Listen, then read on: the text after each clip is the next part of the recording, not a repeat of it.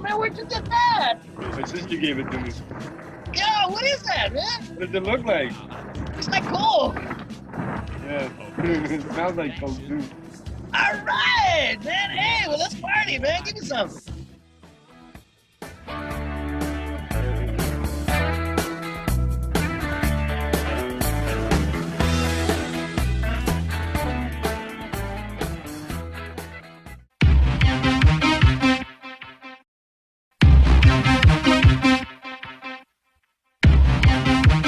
What? Whoa. What? What the fuck? In 1992, a German forensic team makes an extraordinary discovery. Inside several 3,000-year-old Egyptian mummies, they find what appears to be evidence of a hardcore narcotic not present in Egypt until the late 19th century. Outrageous hoax? Or is the impossible true? The ancient Egyptians are a constant source of fascination. An extraordinary civilization that gave us the pyramids, Sphinx, and the dark mysteries of the mummies. But new research has unearthed shocking evidence that may present them in a different light and leads us to ask, what was really going on in the Valley of the Kings? It would open a big can of worms for the scientific community. Recent advances in forensic science have enabled us to dig deeper into our past than ever before. But what could it tell us about the lives of people who lived 3,000 years ago? Could forensics unlock the secrets of the ancient Egyptians? Searching for clues, the German forensic team began the chemical analysis of fragile and priceless ancient mummies. They're amazed by what they find. Inside hair and tissue samples, they discover evidence of cocaine. The mystery begins with the coca plant from which cocaine derives, found only in South America. The plant is not native to Africa, so how did South American cocaine get into Egyptian mummies? Bernard Ortiz de Montellano is a medical anthropologist. Like many in the academic community, he questioned the findings. I was very skeptical and knew I would have to look at the original literature and do some research myself. Anthropologist Charlene Klingman is also baffled. The idea of it appearing in ancient Egyptian mummies is surprising. Examining the Egyptian and South American cultures might help solve this bizarre mystery. So, could there be a connection? Both civilizations built pyramids and both mummified their dead. The Egyptians used salts and resins, while the natives of Peru allowed their mummies to dry naturally. But were the Peruvians using cocaine 3,000 years ago? Larry Cartmel is a forensic pathologist. He has tested several mummies from Peru. The first few we tested were all negative, but then out of the 8 samples, number 5 we tested was positive. We had no idea that cocaine metabolite would last 1,000 years, and later on we found it actually our oldest one we've had is 3,000 years old. Cocaine is a very good local anesthetic and it's a good pain reliever, so they could have used it for medicinal purposes as well. And then we found that about half the population tested positive for coca leaf use. So it was probably used more frequently than a lot of anthropologists had speculated up until that time. Evidence of cocaine in Peruvian and Egyptian mummies poses an intriguing question. Did the cultures actually interact? Could the Egyptians have traveled to South America?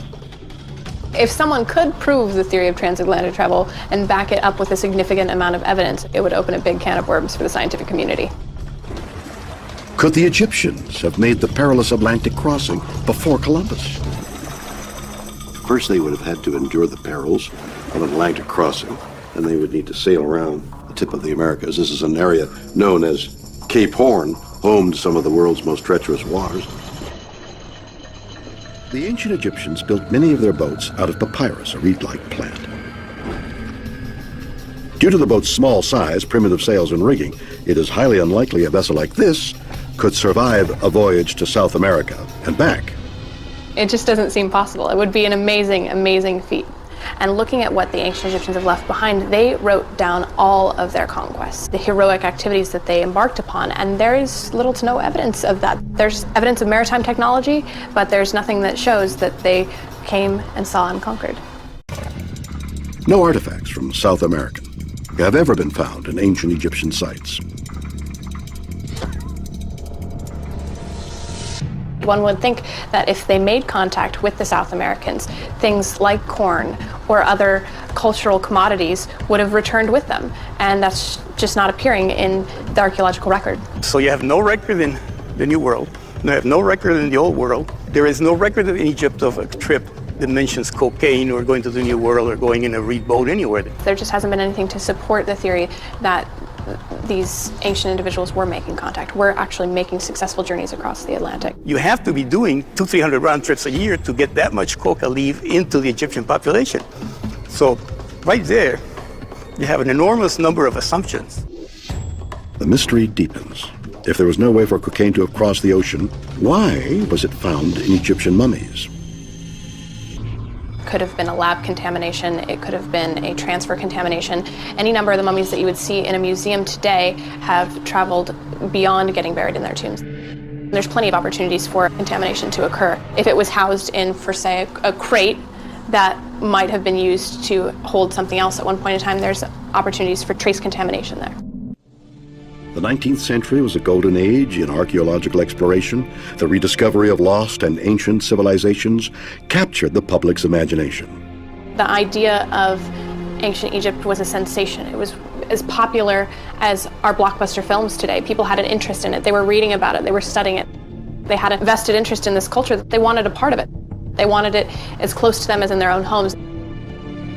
For the European elite, owning an Egyptian mummy was a must-have status symbol. And a lot of the ancient Egyptian collections that are out there have been housed in people's homes throughout the years. Coffins, mummies, funerary objects. A lot of it comes from private collections. In those days, rich people and nobles and kings had collections of all kinds of things.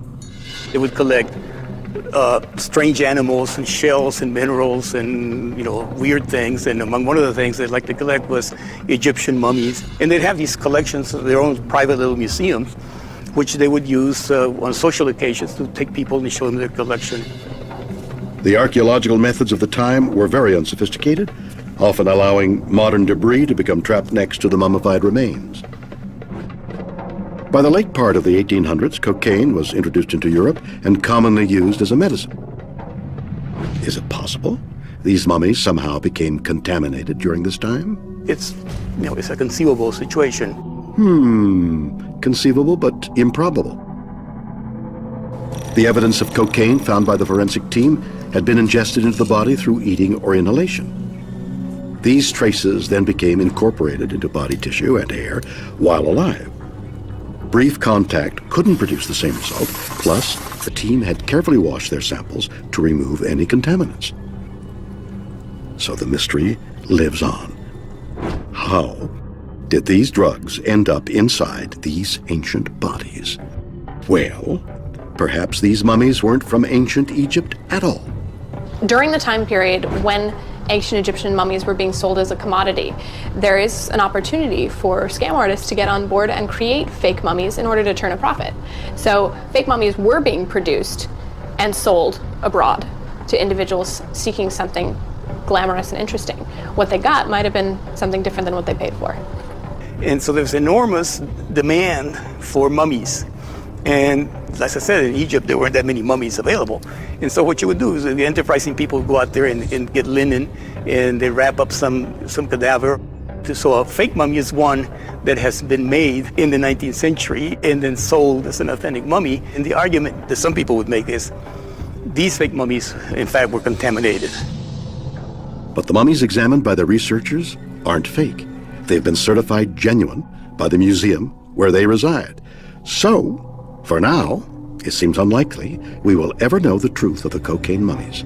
The researchers have never let anyone else test their samples, and evidence of cocaine in other Egyptian mummies has yet to be found.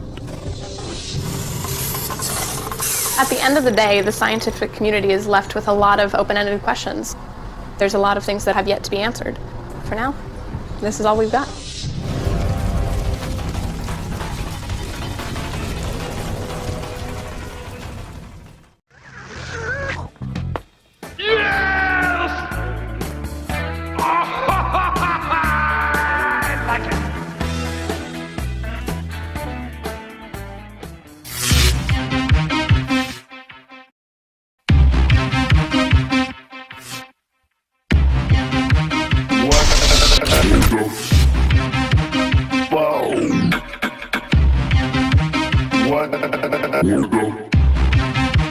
What the fuck?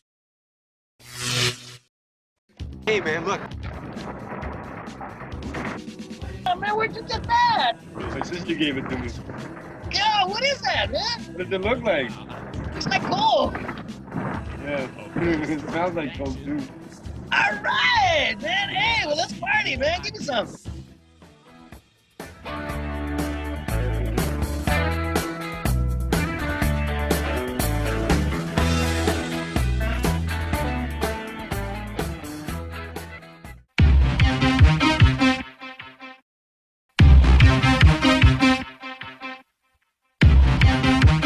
What the